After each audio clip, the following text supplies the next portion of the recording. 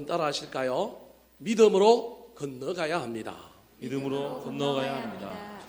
2019년 마지막 주일이 오늘입니다. 그리고 며칠 있으면 송구 영신 예배를 끝나고 이제 2020년 새해가 시작됩니다.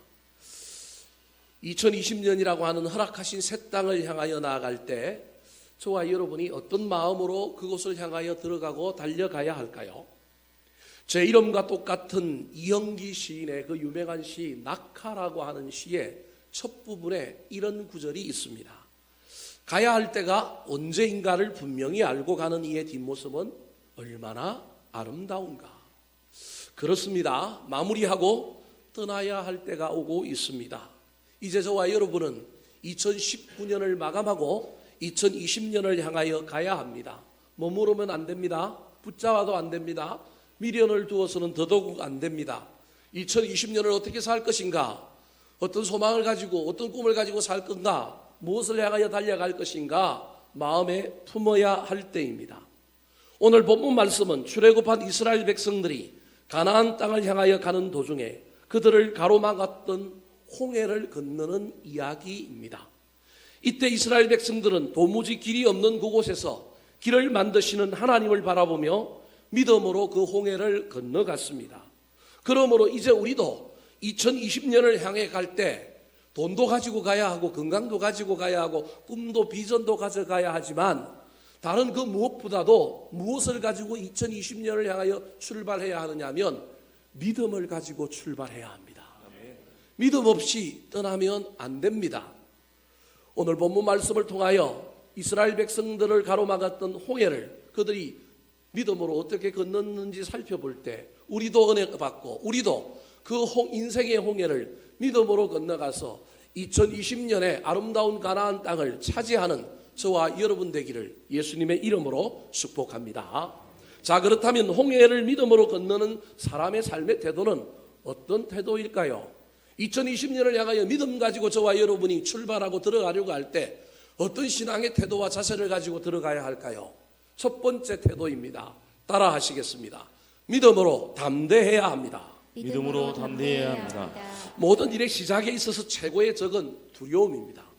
반대로 최고의 설은 기대와 설레임 그리고 열망과 열정입니다. 무엇을 시작하는데 벌써 시작부터 두려움을 가지고 있고 사기가 꺾여 있고 기가 꺾여 있으면 그 시작은 그 끝은 보나 안 보나 뻔할 가능성이 많습니다. 근데 시작을 하는데 기대가 있어요. 설레임이 있어요.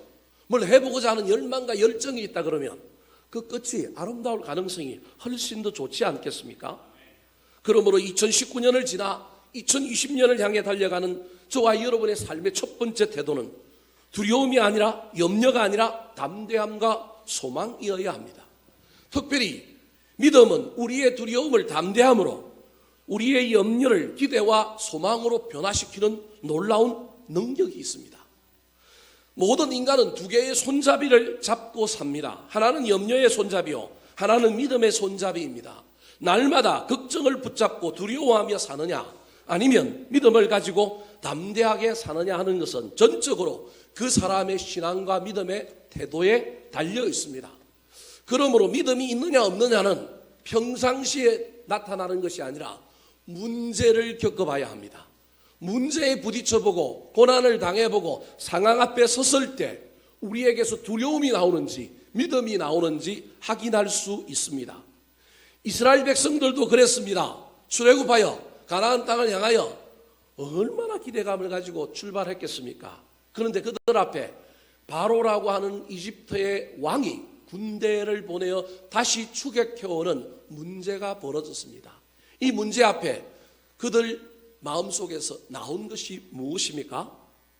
10절 말씀 같이 한번 읽어볼까요? 시작. 하루가 가까이 올 때 이스라엘 자손이 눈을 들어 본즉 애굽 사람들이 자기를 뒤에 이른지라 이스라엘 자손이 심히 두려워하여 여호와께 부르짖고. 뭐가 나왔다고요? 두려움이 나왔습니다. 바로의 군대가 쫓아오니 인간의 마음속에 믿음이 나와서 하나님이 저들을 이겨주실 것이다. 잽도 안 돼. 분명히 우리가 이긴다라고 하는 믿음이 나온 게 아니라 뭐가 나왔느냐 하면 두려움이 나온 겁니다. 홍해를 건너가야 하는데 가나안 땅을 향해 새로운 출발을 해야 되는데 출발부터 그들의 인생에 무엇이 가득했느냐 하면 두려움이 가득한 겁니다. 여러분, 두려움을 경계해야 합니다. 왜 두려움을 경계해야 하느냐 하면 두려움은 두려움만으로 존재하지 않고 두려움에는 반드시 3종 세트가 따라다니기 때문에 그렇습니다. 자, 그렇다면 첫 번째 세트는 뭘까요? 11절 말씀 같이 한번 읽어볼까요? 시작. 그들이 또 모세에게 이르시되 애굽에 매장지가 없어서 당신이 우리를 이끌어내어 이 광야에서 죽게 하느냐? 어찌하여 당신이 우리를 애굽에서 이끌어내어 우리에게 이같이 하느냐? 두려움의 3종 세트 첫 번째가 뭐냐 하면 원망입니다. 남 탓하는 거예요. 두려움은 두려움으로 끝나지 않고 반드시 두려움을 어디다가 전가를 해야 돼요. 그래서 남 탓하고 원망하는 거예요. 누구 탓이냐면 모세 탓이라는 거예요.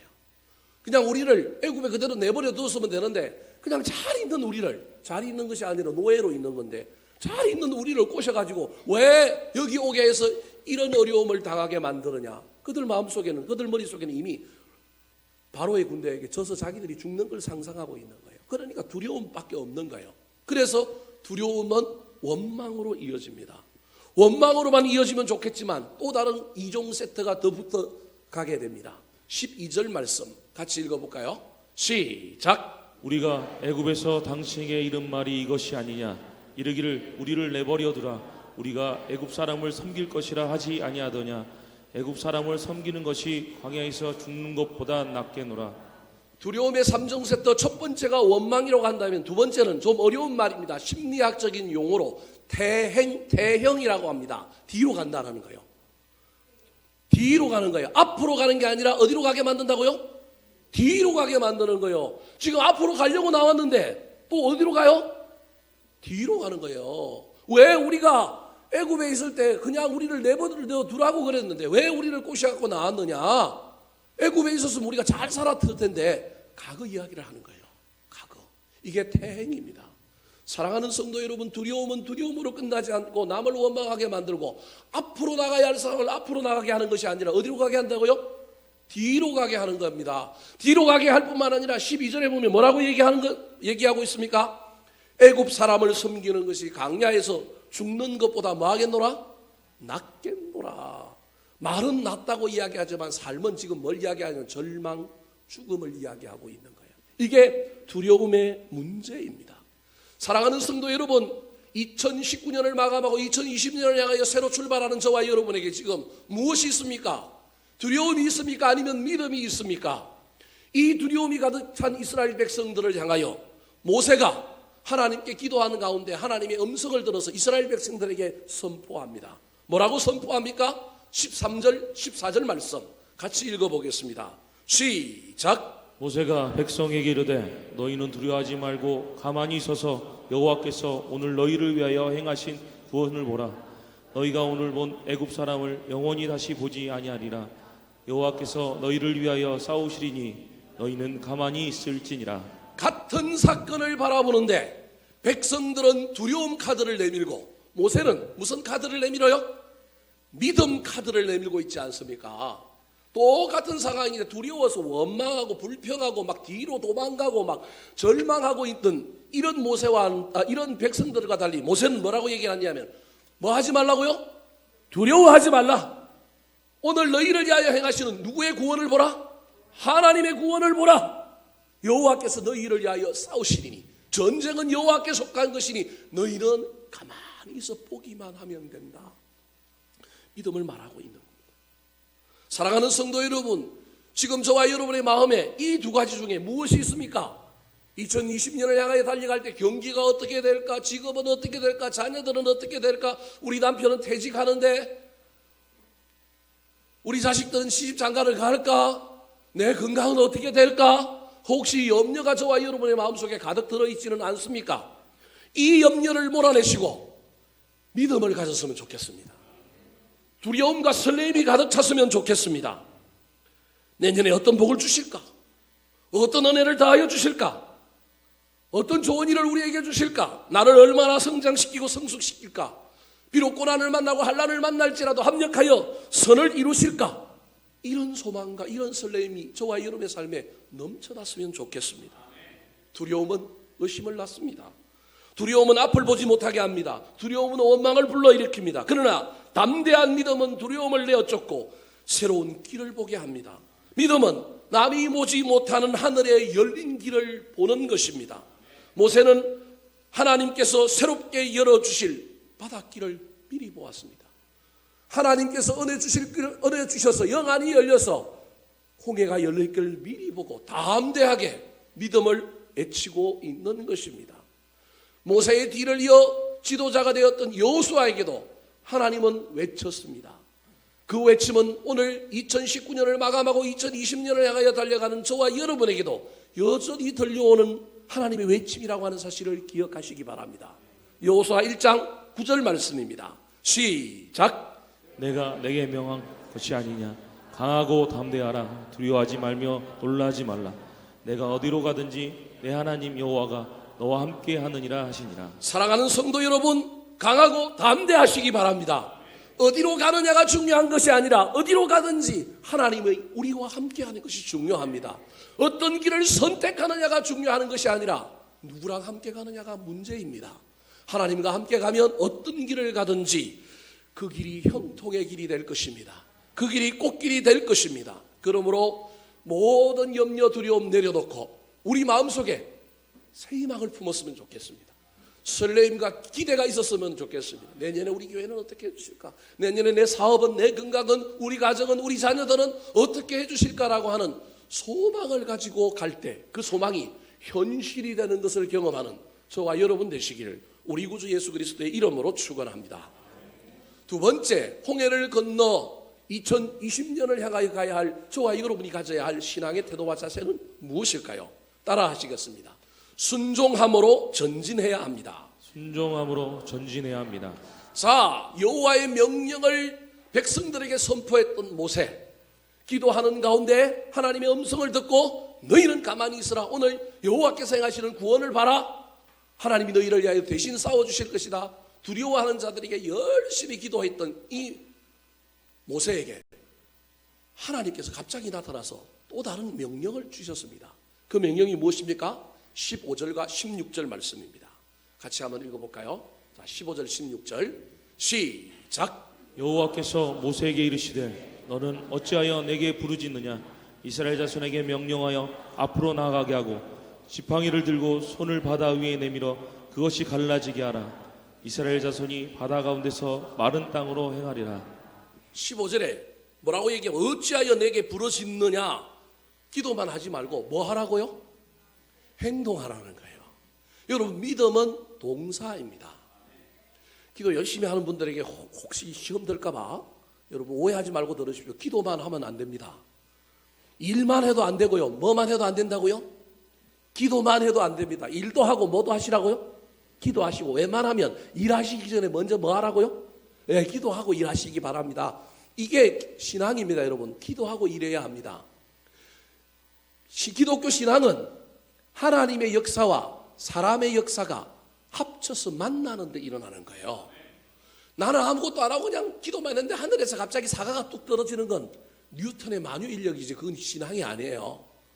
신앙은 반드시 기도하고 하나님의 역사가 있음을 믿고 합력하여 선을 이루시는 하나님을 믿고 기도해야 될 뿐만 아니라 그 하나님이 누굴 들어 쓰시기를 원하느냐 하면 나를 들어 쓰시기를 원하고 나를 통하여 일하시기를 원한다는 사실을 기억해야 합니다. 그래서 하나님의 열심과 인간의 열심이 만나는 곳에 기적이 일어나고 응답이 일어나는 거예요. 기도만 하고 있으면 안 되고 뭐 해야 된다고요? 행동해야 돼요. 움직여야 해요. 그래서 기도하고 있는 모세에게 뭐라고 얘기했냐면 야, 말 잘했다. 두려워하지 말라고 말 잘했는데 이제 기도 끝내고 뭐 하라고요? 행동하라는 거예요. 이스라엘 백성에게 명령한 거예요. 앞으로 뭐 하게 하고? 나아가게 하고. 여러분, 근데 지금 홍해가 갈라졌어요? 안 갈라졌어요? 아직 안 갈라졌다니까요, 여러분. 몇 절에서 갈라져요? 21절에서 갈라지잖아요, 여러분. 21절에서 갈라진다니까 아직 안 갈라졌다니까요. 갈라지지도 않았는데 지금 뭐 하라고요? 나아가라는 거예요. 홍해의 비슷한 기적, 요단강을 건너는 여호수아에 나오는 기적에 보면 물이 있는데도 그 물 위로 누가 지나가요? 제사장들이 법궤를 메고 들어가니까 그때서야 뭐가 갈라져요? 요단강이 갈라진단 말이에요. 하나님의 열심만으로 일하는 게 아니라 사람의 열심에 하나님의 열심이 보태진다는 사실을 기억해야 합니다. 여러분 생각을 해보세요. 만약에 요단강이 갈라졌다 칩시다. 홍해가 갈라졌다 칩시다. 성화 같은 걸 보면 또는 뭐 10개 같은 영화를 보면 요단강이 갈라졌는데 홍해가 갈라졌는데 이쪽 물이 벽처럼 어떻게 있어요?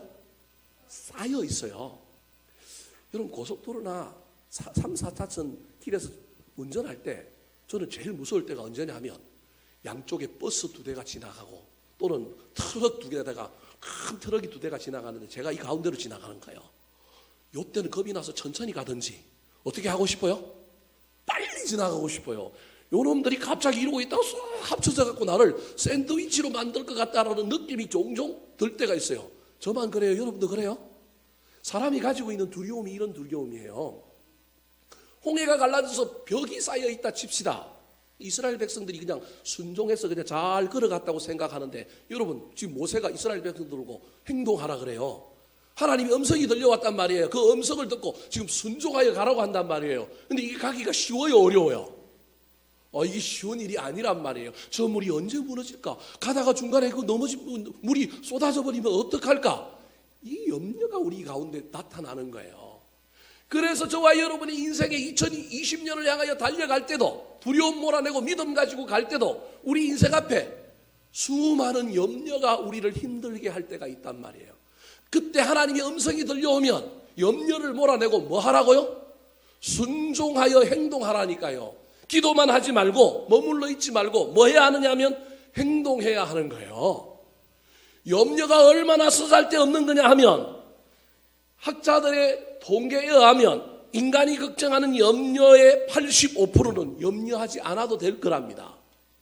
15%도 염려해야 될 이유가 있는 것이지만 그 15%도 염려한다고 내가 그것을 바꾸거나 문제가 해결될 일이 없는 것이라는 거예요. 85%는 할 필요도 없는 염려를 하는 거고 15%는 염려해야 되지만 염려한다고 문제를 고칠 수 없다라는 것입니다. 그런데도 우리는 염려 때문에 얼마나 순종하지 못하는지 모릅니다.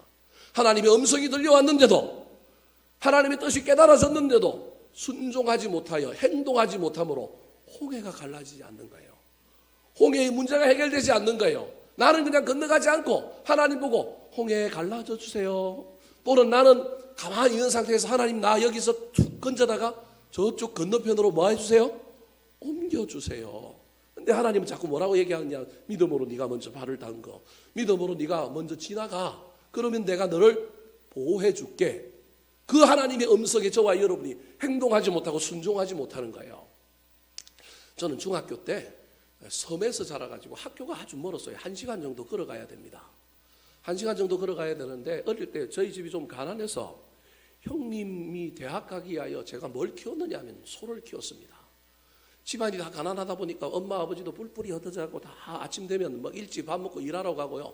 저는 그냥 차려놓은 밥이나 밥 없으면 고구마 2개, 감자 뭐 이런 것 정도 먹고 그냥 도시락 그거 넣어가지고 그냥 학교 가야 되는데 학교 가기 전에 반드시 해야 할 일이 있는데 그게 뭐냐 하면 소한테 뭘 주고 가야 돼요? 여물을 주고 가야 돼요. 큰 무쇠솥에 집 썰고 뭐 썰어가지고 막 끓여가지고 그 다음에 그거 나중에 소한테 시켜가지고 소한테 주고 가야 돼요. 근데 일찍 일어나야 되는데 부모님들은 자기 먹고 살기 바쁘기 때문에 저를 깨우고 가는 게 아니라 그냥 저한테 임무만 주고 가는 거예요. 그래서 저는 자율적으로 제가 저에게 담당한 그 소 여물 먹이는 일을 감당해야 되는데 일찍 일어나면 문제가 없는데 늦게 일어나면 그 일을 다 하고 학교 가면 뭐 하게 될까요? 지각을 하게 되는 거예요. 지각하면 학교 앞에 누가 기다리고 있느냐 하면 선도부가 기다리고 있어요. 선도부가 기다리고 있어가지고 뭐 쪼그러뜨기 오리걸음 뭐 일어나 앉아 막 왜 지각했냐 벌새일 뿐만 아니라 명단을 탁 적어갖고 학교 선생님한테 딱 내면 아침 조회할 때 지각한 놈 나와 엎어 그러면 막 퍽퍽퍽 요즘은 이런 일이 없지만 옛날에 다 우리 그런 시절을 살았잖아요. 그래서 또 몇 대 맞아야 돼요. 이렇게 지나가야 되는 거예요. 근데 문제는 늦은 날만 되면 학교 가서 선도부한테 걸리고 선생님한테 받을 생각 때문에 1시간 걸어가는 일이 온통 뭐예요? 걱정과 염려가 가득 차서 그냥 얼굴은 인상 찌푸린 채로 그냥 가는 거예요. 1시간 동안. 1시간 동안 가는 길이 너무 고역인 거예요. 중학교 1학년을 그렇게 지냈습니다. 2학년 되고 나니까 교회 가서 목사님 설교를 들었는데 목사님이 뭐 할 필요 없다고요?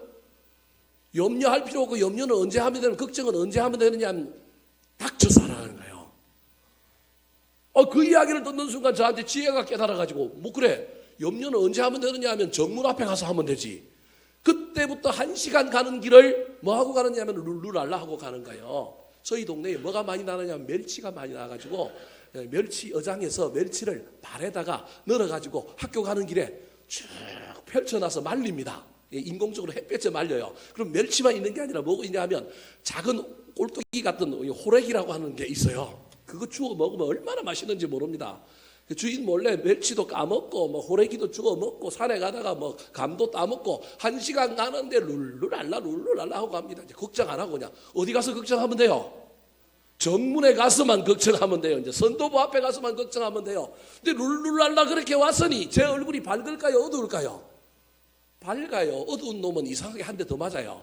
근데 밝은 놈은 아이고 죄송합니다. 뭐 오늘 집에서 일하다 보니 늦었습니다. 그러니까 통과될 때도 있고 맞아도 3대 맞을 거 몇 대 맞아요? 1대만 맞은 거예요. 저하고 똑같은 처지에 있는 동네 친구 한 놈이 더 있는데 이 놈은 저보다 간이 작아요. 간이 작을 뿐만 아니라 이 놈은 얼마나 염려가 심하는지 가다가 학교를 가요 안 가요?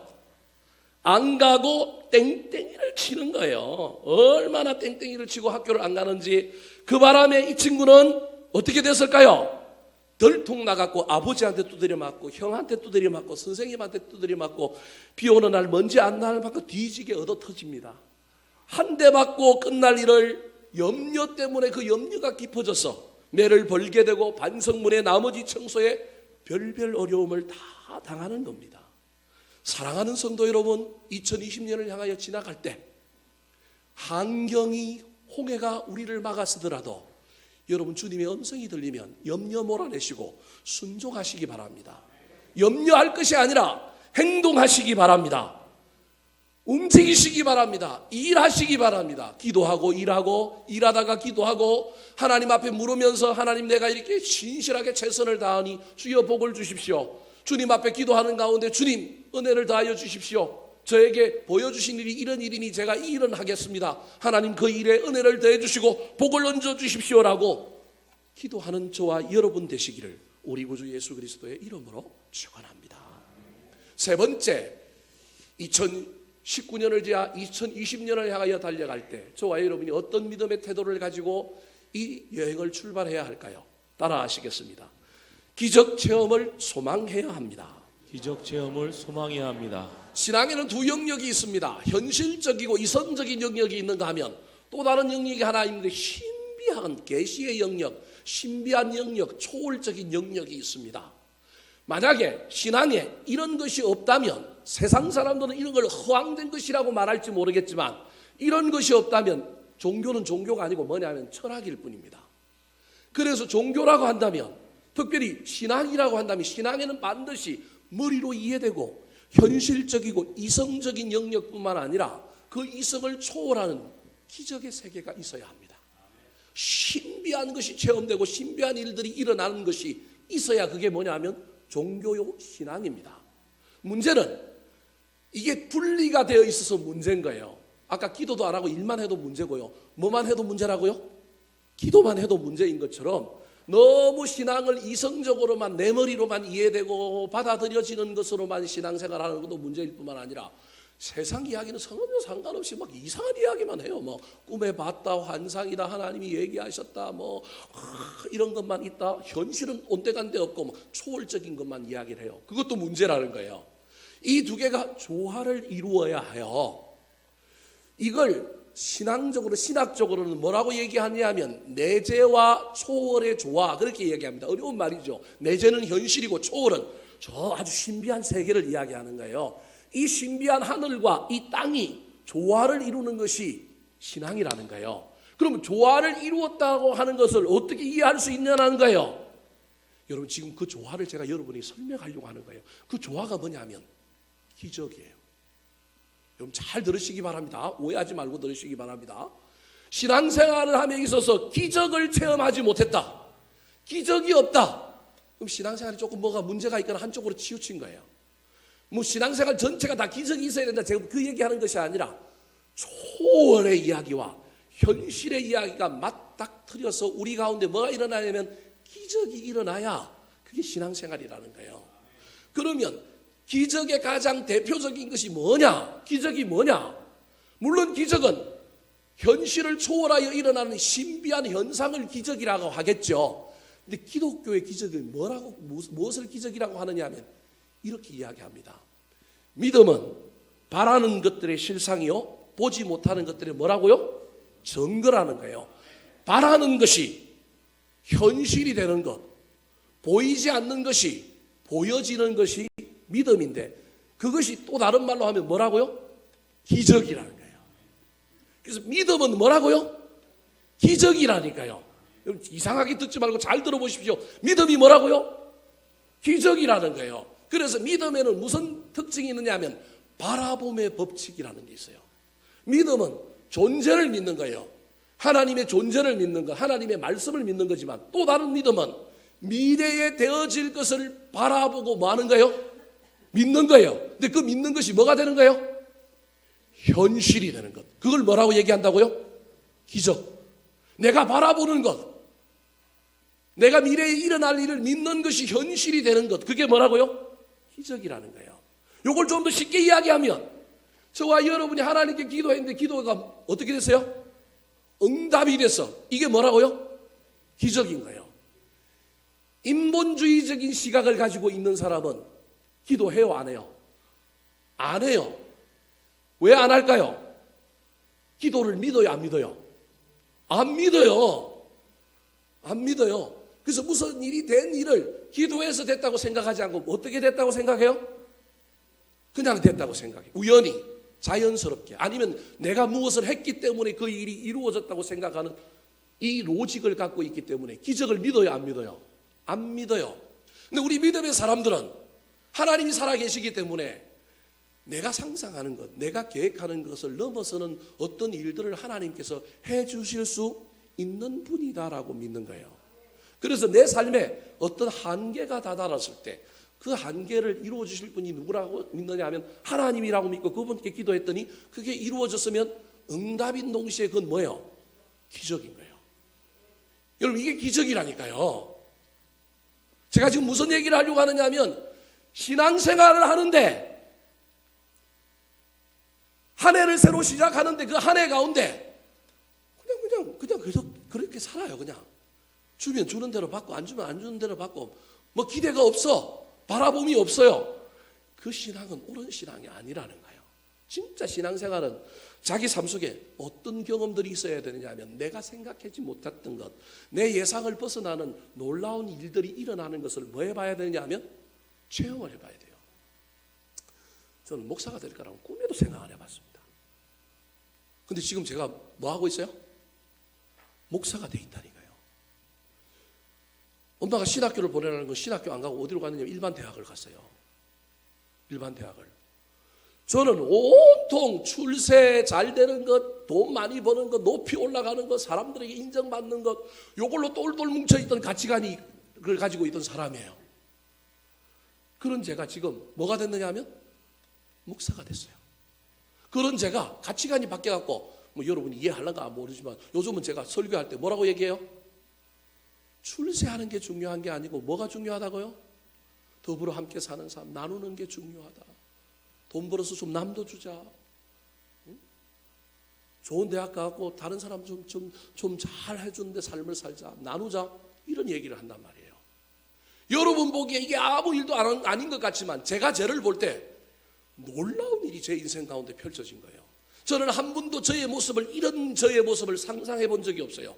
계획해 본 적이 없다니까. 기대해 본 적이 없다니까. 지금 제가 공무원이 됐거나 군인이 됐거나 아니면 어떤 자리에서 지금 막 저 여의도에 가 있거나 뭐 이래서야 될 상상을 꿈꿨던 사람인데, 그 기대, 그 상상하고는 전혀 다른 삶을 지금 내가 뭐 하고 있느냐 하면 살고 있는 거예요. 이게 기적이라고요. 내 상상을 벗어나는 것, 내 계획을 벗어나는 것, 내 차원을 벗어나는 것. 드라마가 왜 인기가 있습니까? 영화가 왜 인기 있습니까? 우리가 영화를 보고 드라마를 보면 어느 정도 기대하고 어느 정도 예상하는 게 있는데, 그 예상을 벗어나는 뭐가 나타나요?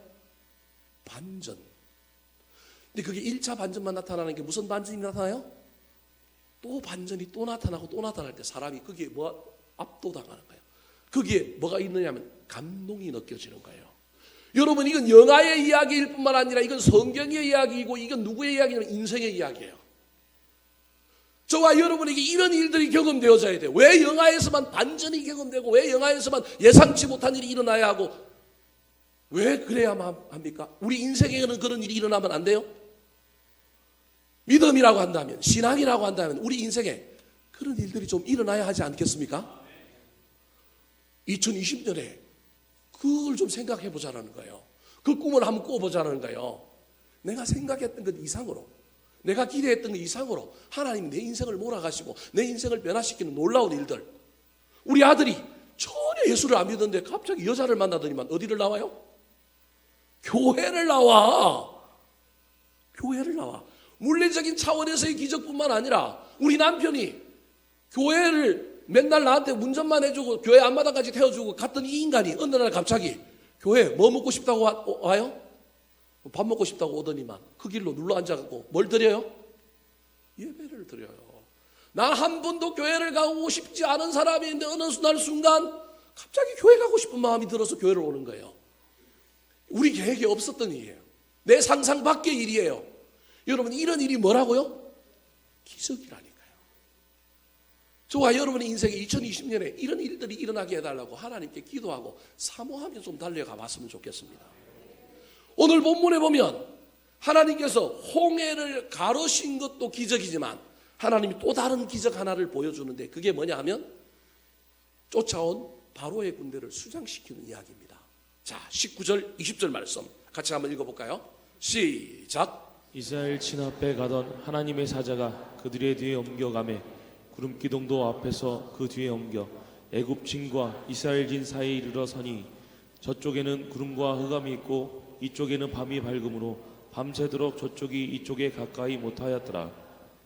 홍해의 기적의 가장 큰 특징은 길이 없는 곳에서 길을 만드시는 하나님이에요. 이스라엘 백성들을 의도적으로 막 다른 길로 몰고 가서 구름 기둥과 불 기둥을 따라가는데 길이 없는 곳으로 가는 거예요.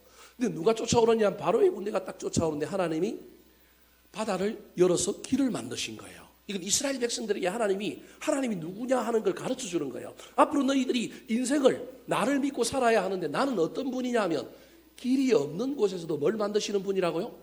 길을 만드시는 분이다라는 걸 가르쳐 주게 하여 홍해의 기적을 탁 펼쳐주신 거예요. 놀라운 기적이 일어난 거예요. 이게 1차 기적이란 말이에요.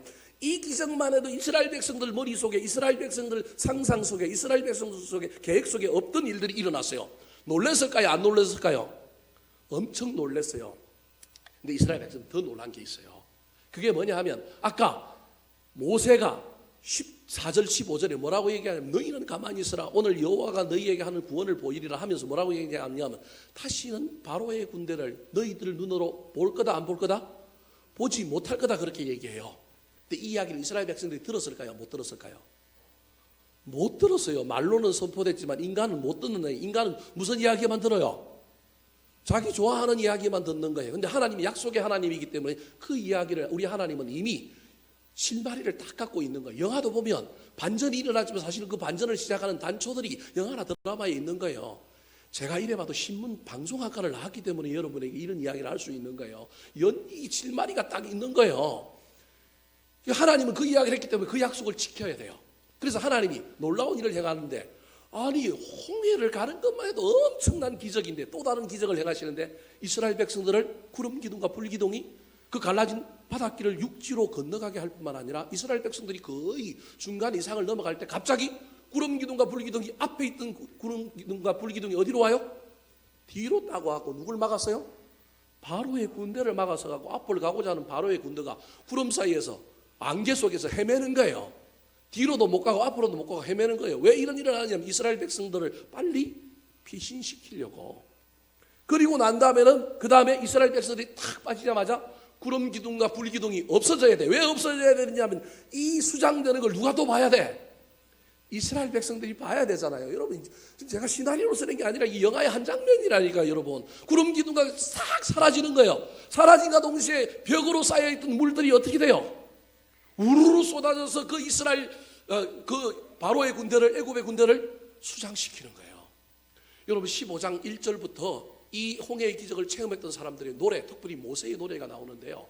이때 노래의 주제가 홍해에 대한 이야기가 아니라 뭐에 대한 이야기냐면 그 말 탄 자들을 수장시켰던 이야기가 그 핵심이에요.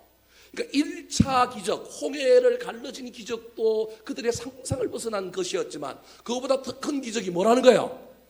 2차 기적, 바로의 군대를 수장시키는 놀라운 기적이 그들 앞에 일어났기 때문에 그들이 깜짝 놀래버린 거예요. 반전의 반전을 경험한 거예요. 그러니까 이들이 얼마나 그 기적 때문에 놀랬을까요? 얼마나 우리 하나님이 위대해 보였을까요? 그래서 그들이 하나님 높다고, 하나님 위대하시다고, 하나님 대단하시다고 찬양하는 거예요. 여러분, 저와 여러분의 삶에 왜 하나님을 높이고 하나님을 위대하다고 말하는 것이 적을까요? 기적을 경험 못 해봐서 그렇다니까요. 일어나는 일들을 기적으로 받아들이지 않고 기적으로 보이지 않고 뭘로 보이느냐? 우연과 일상으로 보이기 때문에 그렇습니다. 다르게 얘기하면 우리가 이해를 못해서 그런 것도 있지만 사실은 저와 여러분이 뭘 소망하지 않아요? 기적을 소망하지 않는다니까. 2020년에 저와 여러분이 기적을 한번 소망해 봅시다.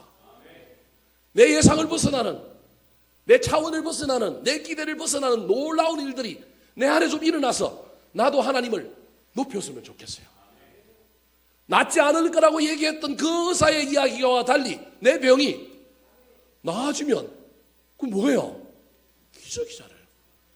전혀 내가 기대도 안 해. 의사들 병원 갈 때마다 병원들 의사들이 다 안 된대. 갑자기 올 한 해 내가 소망을 품고 갔던데 바라봄의 법칙에 하여 믿음은 바라본 대로 되는 것이 있으니 그 믿음 가지고 내가 바라봤더니 뭐가 일어났어요? 기적이 일어나는. 그때 그 감격이 얼마나 크겠습니까? 시편 40편 5절에 보면 이 감격을 가지고 있던 한 사람의 이야기가 등장합니다. 같이 한번 읽어볼까요? 시작. 여호와 나의 하나님이여, 주께서 행하신 기적이 많고 우리를 향하신 주의 생각도 많아 누구도 주와 견줄 수가 없나이다. 내가 널리 알려 말하고자 하냐? 너무 많아 그 수를 셀 수도 없나이다. 여호와 나의 하나님이여, 주께서 행하신 기적이 많다고 어떻다고요? 많대요. 여러분, 저와 여러분도 2020년에 하나님이 내 사업에, 내 가정에, 내 건강에, 우리 자녀들에게 행하신 기적이 너무 많습니다. 연말에 오늘 같은 이런 날에 우리 하나님 앞에 이렇게 고백할 수 있다면 얼마나 멋지겠어요. 이건 좀 억지로 하는 게 아니라 진짜 하나님 나한테 베풀어 주셨기 때문에 하는 거잖아요. 내년 연말에 이런 일들이 저와 여러분이 일어났으면 좋겠어요. 그런데 그 다음이 더 멋져요. 뭐라고 얘기하면 우리를 향하신 주의 뭐도 많고요? 생각이 많다는 거예요. 생각이 많다는 말은 머리 아다마의 생각이 많다는 게 아니라 저 생각을 다른 말로 바꾸면 뭐가 많으냐면 사랑이 많은 거예요. 사랑이 많아서 뭐도 베풀어 주신 거예요? 기적을 베풀어 주신 거예요. 그래서 그 은혜가 너무 넘쳐서 내가 지금 어떻게 이야기하느냐면 누구도 주와 견줄 수 없나이다. 내가 널리 알려 말하고자 하는데 너무 많아서 기적이 일상화되어서 상식이 되어서 내가 뭘 받아야 될지도 셀 수 없을 정도로 내가 뭘 받았다고요? 은혜, 기적, 사랑을 많이 받았습니다. 고백하는 거예요. 너무 멋지지 않아요? 이런 일들이 저와 여러분들이 일어났으면 좋지 않겠어요? 전 내년에 이런 이 시편 40편 5절 말씀을 붙들고 열심히 한번 기도해 보려고 합니다. 하나님, 내 인생에, 우리 교회에, 내 목회에, 우리 가정에 이런 일이 기적이었습니다. 이런 놀라운 일들이, 이런 기적이 일어나게 해달라고 여러분 바라보고 달려갔으면 좋겠습니다. 그래서 이런 기적을 체험함으로 말미암아 훗날 하나님 앞에 나아가 하나님, 이런 은혜를 받았습니다, 이런 기적을 경험했습니다라고 고백하고 주를 높이며 나아가는 저와 여러분의 2020년이 되기를 우리 구주 예수 그리스도의 이름으로 축원합니다. 한번 따라 하실까요? 믿음으로 건너가야 합니다. 믿음으로 건너가야 합니다. 믿음으로 담대해야 합니다. 믿음으로 담대해야 합니다. 순종함으로 전진해야 합니다. 순종함으로 전진해야 합니다. 기적 체험을 소망해야 합니다. 기적 체험을 소망해야 합니다. 하나님